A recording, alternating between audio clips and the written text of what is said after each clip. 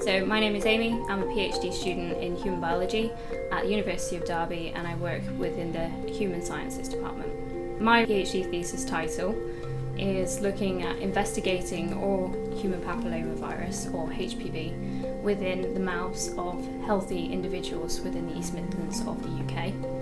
That actually means that I'm looking at detecting levels of a particular virus that's actually an oncogenic virus, so it can cause cancer, known as HPV, and looking at those levels within the mouth and determining whether people are more likely to go on to develop a head and neck cancer, looking at risk factors for this as well in terms of smoking, drinking and sexual behaviour.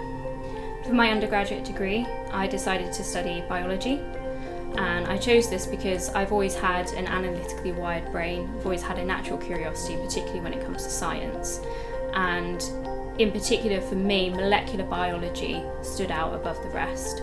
There's so much that we can't see with the naked eye that molecular biology allows us to then research. So the best part of my undergraduate degree would probably have been fieldwork and laboratory work. Being able to conduct a study in a laboratory setting allowed us to do a mini-scale research project, which actually then I found fascinating and led me to do what I'm doing today in terms of research. So during undergraduate there were several modules that we took in third year, and one of them was oncology and immunology, and within that you actually learn about viruses that cause cancer, i.e. oncogenic viruses that I spoke about earlier, and I found these absolutely fascinating, so I wanted to find out more about them. So I decided I wanted to do a project at Masters studying two particular oncogenic viruses, and then that led me on to do my PhD as well.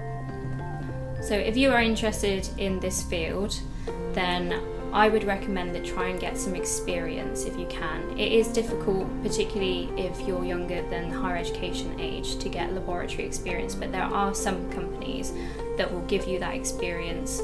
Particularly if it's voluntary. Sometimes it can be paid in apprenticeships, but have a look online and type in apprenticeships for 16-year-olds, and a company called AstraZeneca may come up in the list, as they do offer apprenticeships like this.